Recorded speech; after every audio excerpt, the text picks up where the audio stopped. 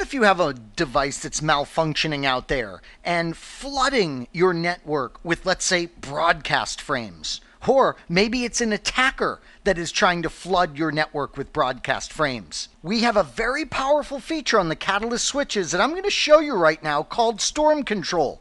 Again, it's one of those things that's very easy to configure, but has really powerful security implications for our infrastructure. So you're probably not surprised I've switched equipment again. Storm Control is not supported in the current release of Cisco's VIRL, so I've slid over to rental gear thanks to gigavelocity.com. So here we are on switch 1 connected to R1, and we're going to go to the Fast Ethernet 0/1 interface. In this interface, we're going to say Storm Control, and we're going to take a look at our options. The first thing we need to see is that there are 3 forms of traffic that we can use this built-in ingress policer for. We can police incoming broadcast traffic, multicast traffic, or unicast traffic. So let's say we're interested in protecting against the scary broadcast storm.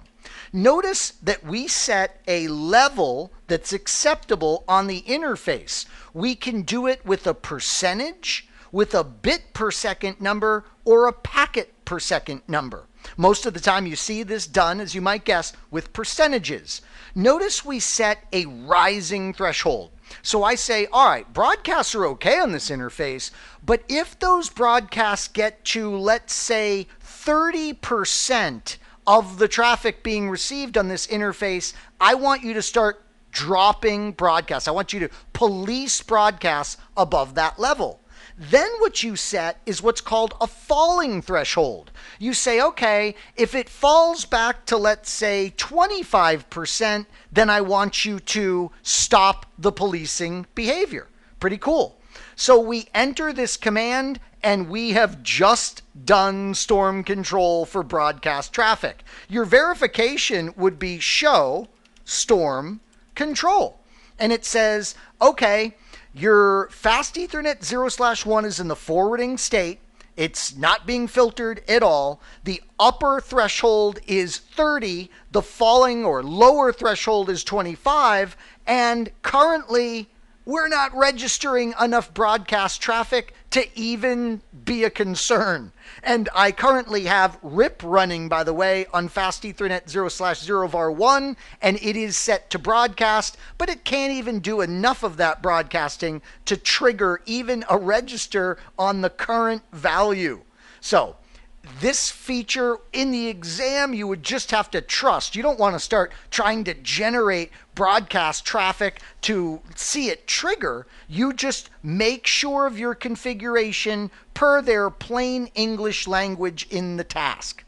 Now, something else that you can do with this feature, though, is you can manipulate the action that's going to be taken. Watch this. You can go in and you can say Storm Control action, and instead of the policer, you can trigger it so that the interface will shut down if there is a violation of your Storm Control setting, or this is interesting, send an SNMP trap if a storm occurs. The trapping behavior is a nice feature that could help you come up with the percentages that make sense for your particular environment.